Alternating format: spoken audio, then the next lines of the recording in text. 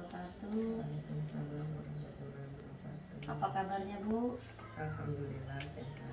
Minal aidin wal faizin, mohon maaf lahir batin. Ya, sama-sama ya Teh. Iya, ini Bu kedatangan saya ingin minta izin kepada Ibu untuk melakukan pendampingan individu 4 kepada Ibu Erna hari ini. Apakah Ibu mengizinkannya? Iya, mengizinkan. Alhamdulillah. Jadi Ibu kalau Ibu mengizinkannya Bu, izin di scan sama di stempel Bu. Halo Bu Sus, lagi apa nih? Nggak ada Bu, lagi penulisan. Bisa minta waktu sebentar ya? Bisa. Jadi gini Bu Sus, maaf nih ya, saya lihat kok kayaknya belakangan ini sejak kita PTM, saya lihat Bu Sus itu kalau keluar dari kelas kayak bad mood gitu, wajahnya terlihat kesel. Kalau boleh tahu itu kenapa ya Bu Sus ya? Iya Bu, lagi soalnya kayaknya anak-anak ini agak beda belajarnya waktu di kelas sama yang waktu BDR gitu Bu. Karena mungkin keenakan belajar di rumah kali. Oh, jadi bedanya gimana ya Bu? Mungkin waktu belajar di rumah itu mereka kan bisa sambil santai gitu ya, terutama kan mereka megang HP. Terus kemudian belajarnya dengan tidur-tiduran atau bisa sambil ngemil gitu. Tiba-tiba kan di sekolah jadi suasananya agak gimana gitu menurut mereka. Jadi kalau menurut Ibu Sus, kalau saya tanya-tanya begini, ada tujuannya nggak? Ya, dan Bu, jadi kita bisa ini ya. Kalau menurut Ibu tujuannya kita ngobrol gini untuk apa ya? Untuk sharing lah Bu, mungkin kita bisa sharing gimana supaya kedepannya lebih bagus gitu. Oke, baiklah Bu. Jadi kalau tadi katanya perbedaannya mereka udah kelamaan di rumah kali ya Bu ya. Nah, kalau misalkan mereka itu sudah terlena dengan kebiasaan belajarnya dari rumah yang santai, kira-kira apa sih yang bisa Ibu lakukan untuk mengubah kebiasaan mereka itu Bu? Mungkin ini jadi PR besar bagi kita ya kan Bu, atau bagi saya sendiri lah. Mungkin kita dari awal kita bisa mengajak mereka dengan cara membuat permainan, belajar dengan bermain dulu agar mereka lebih rileks gitu, supaya nggak terlalu tegang kali gitu Bu. Oh, jadi kira-kira selain itu metode apa atau misalnya metode dan media yang seperti apa yang kira-kira cocok yang bisa Ibu Sus berikan kepada mereka? Mungkin tadi salah satunya game. Iya, Itu metodenya gimana Bu? Kalau membuat game ini mungkin bisa saya dari IT ya Bu ya, bisa diandalkan dengan IT dengan membuat permainan apa kayak seperti teka-teki atau apa gitu ya kan Bu. Kemudian bisa juga dengan membuat game tradisional gitu supaya mereka permainan tradisional dimasukkan gitu ya, supaya mereka lebih senang gitu. Oke Bu. Oh, jadi berarti intinya kita jangan dulu langsung memberikan materi yang berat gitu ya kepada anak-anak, tapi kita harus bisa mengembalikan jiwa mereka ke sekolah dulu, supaya mereka betah berada di kelasnya gitu ya Bu ya. Lalu ini kan Bu, kemarin kita kan sudah memulai pembelajaran tatap muka, new normal lah kita bilang ya kan Bu. Nah, jadi kira-kira apa saja yang sudah Bu Sus lakukan untuk membawa jiwa anak-anak itu kembali ke kelasnya? Apa selain tadi untuk mempermudah anak-anak itu mendapatkan materi yang Ibu berikan? Kalau selama tatap muka ini ya kan Bu, yang pertama itu saya lakukan ospek dulu lah gitu kan, pengenalan. Dan saya juga kan perlu persiapan juga untuk membuat media atau metode yang baru untuk mereka belajar di sekolah gitu Bu. Jadi rencananya saya itu mau buat permainan gitu. Jadi ya jangankan anak-anak, kita juga gurunya terlena ya Bu dengan pembelajaran daring selama ini. Jadi bukan di rumah. Jadi bukan hanya murid saja yang santai, yang terlena. Jadi kita juga seperti itu dengan keadaan seperti ini. Nah, jadi selain ospek ya, tadi kata Ibu mau ospek anak-anak dulu ya. Selain ospek, adakah usaha lain yang Ibu Sus lakukan agar tidak materi yang disampaikan itu tidak terlalu berat kepada anak-anak? Maksudnya tidak langsung memberi materi yang berat kepada mereka, tapi lebih kepada memberikan mereka seperti sebuah refreshing, sehingga mereka dapat kembali bersemangat di sekolah. Apakah itu sudah ada Ibu berikan, Bu? Rencananya sih ada, Bu, dengan membuat seperti ice breaking gitu ya, Bu, ya, iya, ke anak-anak supaya mereka lebih semangat lah belajarnya gitu di awal. Iya, Bu, jadi mengusahakan mereka rileks dulu ya, Bu, ya. Iya, Bu. Nah, jadi memang ya, Bu, pembelajaran saat ini adalah pembelajaran yang merdeka belajar, ya, dimana kita sebagai guru harus mengerti apa sih maunya anak-anak kita ini. Nah, tapi kita juga bukan hanya kita mencari tahu apa maunya anak-anak, tapi tetap kita sebagai guru, sebagai pendidik, kita harus menuntun mereka agar mereka tidak salah arah gitu ya, khusus. Jadi kira-kira seperti apakah komitmen yang tadi kan sudah ada rencana nih membuat seperti ini supaya anak-anak senang gitu.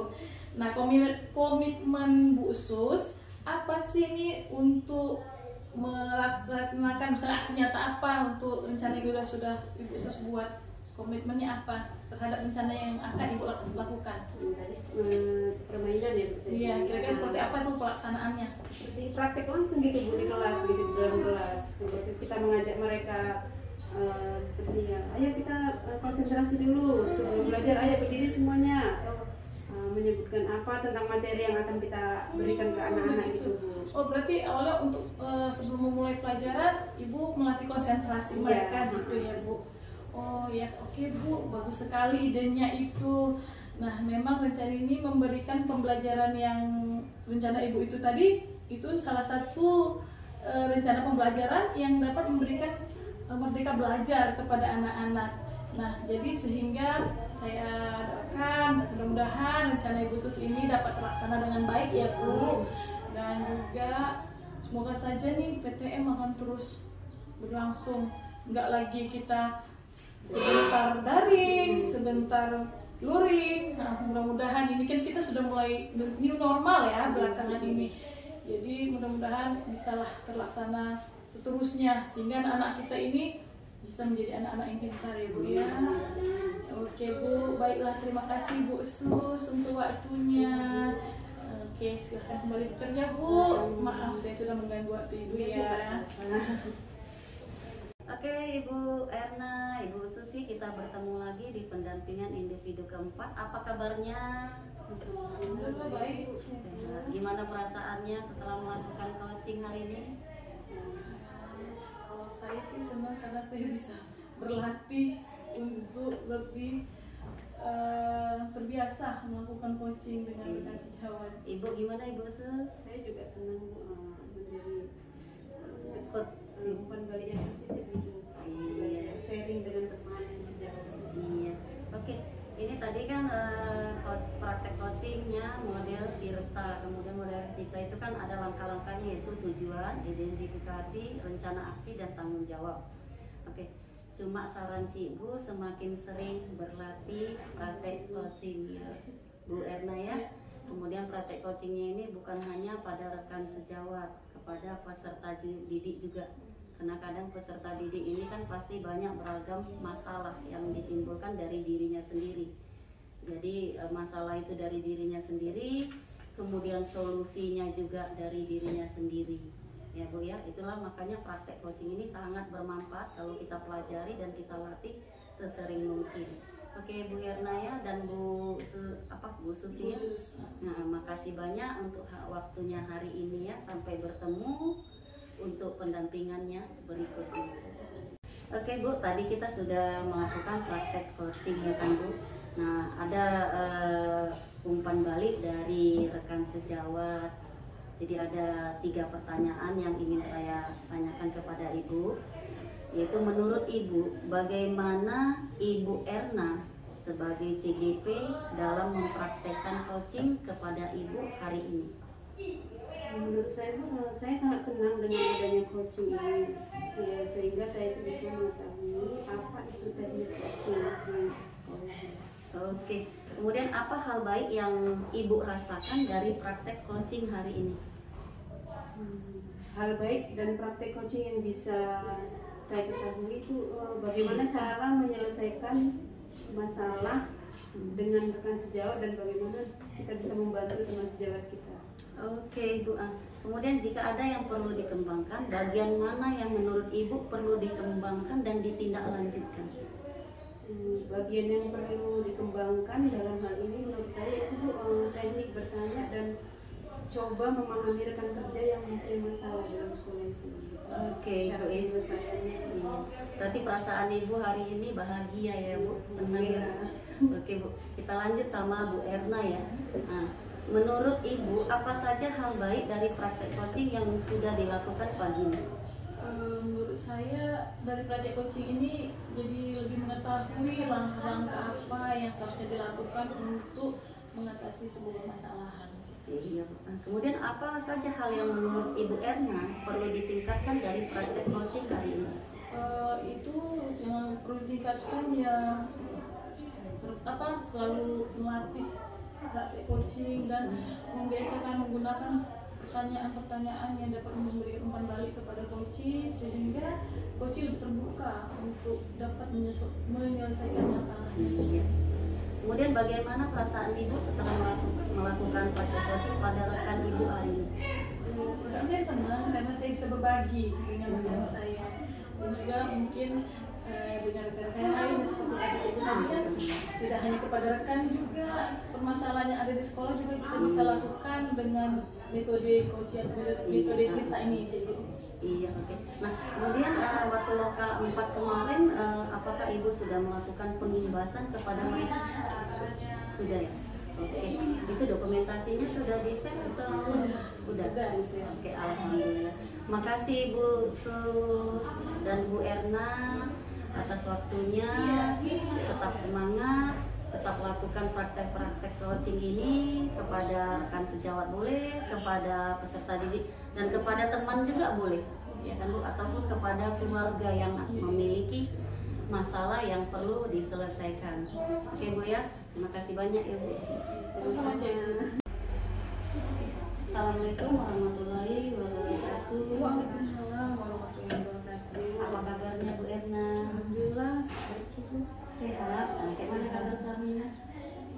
Kalau kita suami Udah mulai ada kemajuan. sangat banyak lah Cikgu. Alhamdulillah. Cuman jadi ini kecekku Sama juga. Gimana? Ada kendala atau apa selama bulan ini? Kendala sih alhamdulillah tidak ada, cuman itulah Cikgu menerapkannya ke sekolah mungkin lebih karena kan belum puasa, ditambah lagi ada libur, jadi belum terlalu maksimal lah aksi nyatanya. Berarti sebenarnya ada sedikit. Oke, kita masuk diskusi observasi kelas oleh rekan sejawat dengan pertanyaan kunci ya Ibu ya. Bagaimana pengalaman Ibu Erna ketika meminta rekan guru lain untuk mengobservasi praktek pembelajaran di kelas Ibu? Pengalaman saya, mereka menanggapi positif dan mendukung karena juga mereka ingin tahu bagaimana sih pembelajaran yang berdiferensiasi itu, jadi mereka antusias. Antusias ya Ibu. Oke. Kemudian menurut Ibu Erna, bagaimana praktek pengajaran yang terjadi saat dilakukan observasi? Pembelajaran menjadi menyenangkan saat karena anak-anak aktif tapi terarah. Kemudian apa komentar rekan guru yang melakukan observasi pada saat Ibu melakukan pembelajaran di dalam kelas? Komentarnya sejauh ini positif dan mereka juga ada beberapa pertanyaan yang mungkin belum mereka pahami. Kemudian apakah anak-anak merasa terganggu atau bagaimana ketika ada teman rekan kerja Ibu di dalam kelas? Tidak terganggu lah Cikgu karena itu kan guru mereka juga, mereka sudah tahu. Nah jadi kita kasih tahu mereka kalau Ibu ini yang kita melakukan observasi dan melihat kita sedang melakukan pembelajaran. Iya, pembelajaran berdiferensiasi. Kemudian apa hal-hal yang sudah baik yang sudah Ibu lakukan di kelas dan apa yang menurut Ibu yang perlu kita perbaiki? Yang sudah baik itu di kelas itu ya aksi nyata sudah saya lakukan dan semua itu saya lihat sangat berdampak positif bagi anak-anak, mereka senang, mereka bahagia, bahkan terkadang ketika jadwal pulang mereka nggak mau karena mungkin karena dengan game-game yang saya berikan mereka tidak sadar dengan waktu gitu jadinya. Padahal sebelumnya cikgu belum mau pulang pun mereka udah sibuk, ayo pulang bu pulang gitu. Tapi kalau sekarang itu mereka gitu dengar bel bu kita masuk pulang gitu. Jadi saya rasa oh berarti sudah berdampak baik, sangat baik bagi mereka, sudah timbul rasa senangnya bersekolah. Tidak seperti bahkan suruhnya kitanya lama di dalam kelas. Jadi saya rasa itu. Kemudian apa hal yang ingin ibu ketahui atau perbaiki setelah melakukan praktek mengajar tersebut berdasarkan respon peserta didik? Saya ingin lebih menguasai pembelajaran diferensiasi ini cikgu, karena ya jujur belum saya kuasai sepenuhnya karena juga ilmunya juga baru dapat gitu. Jadi seringlah berlatih, membiasakan, dan juga kepada anak-anak juga karena dengan respon mereka yang baik saya jadi tambah semangat untuk selalu melakukan seperti itu. Iya. Kemudian bisa juga nanti tukar pikiran Dengan dengan teman yang lain ya. Iya, Oke. Terima kasih Ibu. Kita masuk diskusi mengenai aksi nyata modul 2.1 dan modul 2.2. Bagaimana tugas aksi nyata modul 2.1 dan modul 2.2 Ibu Erna yang sudah Ibu kerjakan? Hasilnya aksi nyatanya sangat baik cikgu, dan itu seperti yang tadi saya katakan dapat respon positif dari anak-anak, dari rekan sejawat, dari kepala sekolah, mereka mendukung, dan saya juga kemarin sudah mengimbaskan kepada teman-teman melalui komunitas praktisi yang ada di sini. Tapi yang namanya baru satu kali pertemuan, tapi dari respon teman-teman mereka juga mendukung, dan mungkin ada sedikit untuk ketertarikannya untuk mencoba dan melakukannya, dan itulah nilai RPP yang sudah dicoba semalam dibuat. Kebetulan kami kan cuma sedikit guru di sini, cuma 6 orang cikgu sama saya 7, jadi ya hanya 2 kelompok, jadi satu kelompok 3 orang. Tapi nggak apa-apa Bu. Kemudian ada nggak kendalanya? Iya, kendalanya seperti itu cikgu. Ya namanya ada sebagian yang seperti saya tadi belum coba, ada sebagian yang Nanti iyalah tapi nanti begitu ya, seperti itu wajar lah cikgu. Ya mungkin kan perubahan itu tidak bisa langsung, harus perlahan-lahan, ada prosesnya cikgu. Ya semoga saja kedepannya semua bisa mencoba melakukan ini. Yang penting Bu Erna sabar ya untuk menggerakkannya. Bagaimana perasaan Ibu selama mengerjakan tugas tersebut? Ya perasaan naik turun cikgu. Tambah lagi kita kan ada di rumah juga ada masalah, ada mungkin hal kejadian tiba-tiba yang terjadi. Jadi ya pada saat seperti itu disitulah semangat menurun. Tapi di saat kita ngobrol sama tim, kita kan ada tim kelompok, di situ semangat kembali lagi ayo kamu bisa gitu. Jadi saya sangat bersyukur ada di tim A2 ini. Jadi karena saling mendukung dan saling menyemangati gitu. Kemudian apa hal yang bisa Ibu ambil pelajarannya dari mengerjakan tugas tersebut? Hal yang bisa saya ambil adalah di sini pembelajaran diferensiasi ini, jadi kita mengetahui lebih banyak lagi tentang murid, tentang bagaimana minat mereka. Jadi kita sesuaikan pembelajaran apa yang pantas, yang cocok kita berikan kepada mereka. Jadi tidak menyamaratakan lagi. Kalau kayak dulu kan seperti dulu rata semua, pokoknya latihan ini kamu kerjakan semua. Jadi kita nggak tahu sebenarnya si anak nggak tahu gaya belajarnya. Jadi di situ dia karena dia nggak paham, nggak mengerti, dia ikutlah, dia malas lah, dan dia kadang-kadang memberontak sama gurunya. Nah tapi seperti ini mereka seperti difasilitasi cikgu. Jadi di situ pengalamannya, jadi akhirnya mereka tertarik dan senang mengikuti pelajaran gurunya. Oke. Kemudian apa rencana atau perbaikan kedepannya berdasarkan aksi nyata yang telah Ibu lakukan?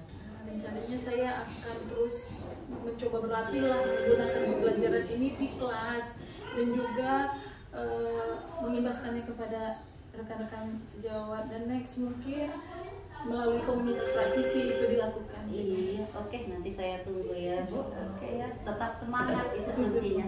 Ibu, kita masuk refleksi terhadap proses pendampingan saat ini. Nah, setelah Ibu menjalani program guru penggerak ini, apa hal yang menurut Ibu paling baik Ibu kuasai dari materi-materi yang sudah dipraktikkan? Saya lebih menguasai tentang budaya positif itu, dan nilai dan peran guru itu saya rasa saya kuasai cikgu. Gitu ya.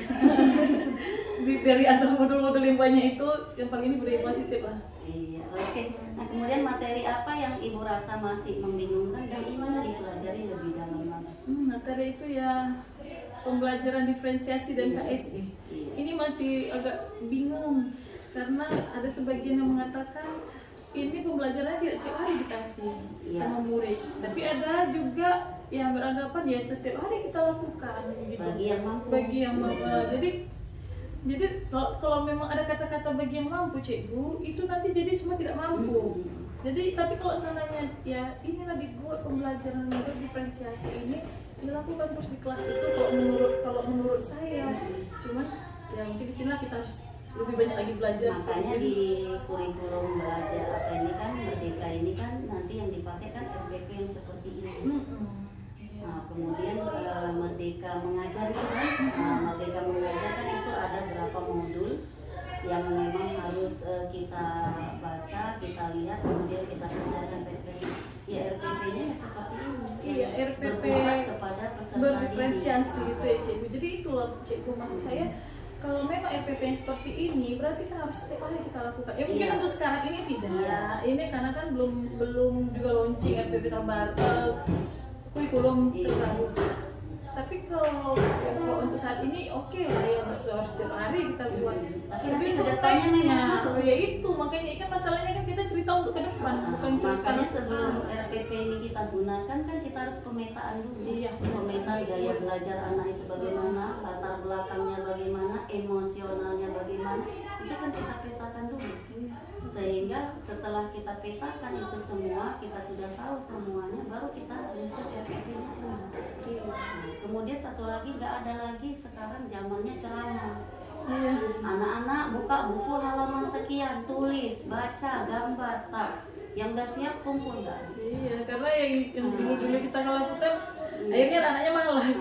Makanya waktu Bosan mereka, ya. kita kuliah dulu kan, kalau ingat dulu praktek mikro teaching itu kan RPP kita itu seperti ini ya Sebenarnya ya. apa kan itu kerja apa diskusi, kemudian produk ya kan, nah itu ya cuma ya namanya di lingkungan mungkin seperti itu ya terakhir ya ikut aja. Iya, kita jujur aja cikgu malas keluar dari zona nyaman. Iya itu sekali. Itu intinya ya kan. Jadi Ibaratnya capek nanti ini jadi sekarang ini itulah yang paling pertama dilakukan, apa, melawan diri sendiri Iya. dari rasa Iya. malas gitu ya cikgu. Makanya kan yang pertama kali kita belajar kan dimulai dari diri Diri sendiri. sendiri. Nah, tapi kalau sudah kita mulai dari diri sendiri, secara tidak langsung pasti kita akan buat apa saja, bagaimana caranya membuat anak ini lebih aktif, pasti ada jadi. Ya kan, bergabung dengan teman, melihat YouTube, kemudian melihat grup di apa guru-guru penggerak atau yang apa grup aktif ya kan, berbagi itu dia. Cuma itu tadi ya, orang sudah lama berada di posisi nyaman, ingin bergerak itu butuh proses, Iya, butuh jadi dorongan, benar sekali. butuh dukungan, bahkan juga butuh kalau kita di sini pimpinan ya kan menggerakkan dia. Karena kita kan sebagai pemimpin pembelajaran ya, pemimpin pembelajaran itu juga saya juga bukan harus kepala sekolah ya cikgu ya kan. Tidak. Nah jadi itulah tugas kita atau PR kita, bagi kami cikgu, bagaimana juga membawa anak sejawat ini supaya bisa bukan bisa ya cikgu, Kuncinya mau keluar dari zona nyaman mereka. Ya walaupun itu juga salah satu tantangan cikgu, mereka nambah kerjaan kan gitu kan. Udahlah kayak gini sama aja dulu yang cikgu buat, tapi kan harus ada prosedurnya, ada tahapan-tahapannya. Itu tuh juga udah buat ya, itulah omongan seperti itu. Tapi ya perlahan cikgu. Karena kedepannya kan yang perlu itu bukti itu kan dokumentasi ya. Nah, kalau hanya secara lisan dia tidak bisa dibuktikan. Makanya kenapa setiap kegiatan diambil foto video, diambil foto, kemudian dikirim ke secara tidak langsung. Walaupun kadang yang kita buat itu belum tentu sebaik dengan yang lain. Tapi kan tidak ada salahnya mana tahu yang kita buat itu dilihat yang lain video, ya kan, dan bisa lebih bagus lagi kan tidak ada kekurangan. Makanya video foto baru dikoleksi sehingga orang bisa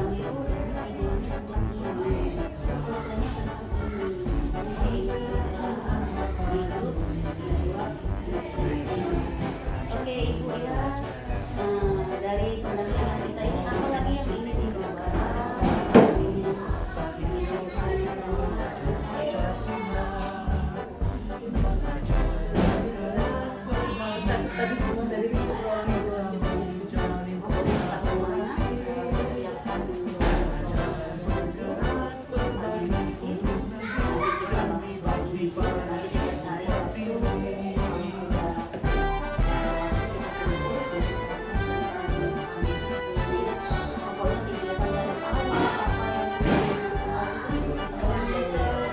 persiapkan sama yang ingin melihat satu lagi tetap semangat apapun itu kondisinya tetap semangat jadi kalau kita udah semangat apapun masalah itu pasti bisa kita lalui ya kan Iya, ini semuanya dari diri kita. iya Gimana pun orang memberi semangat kita kan gitu.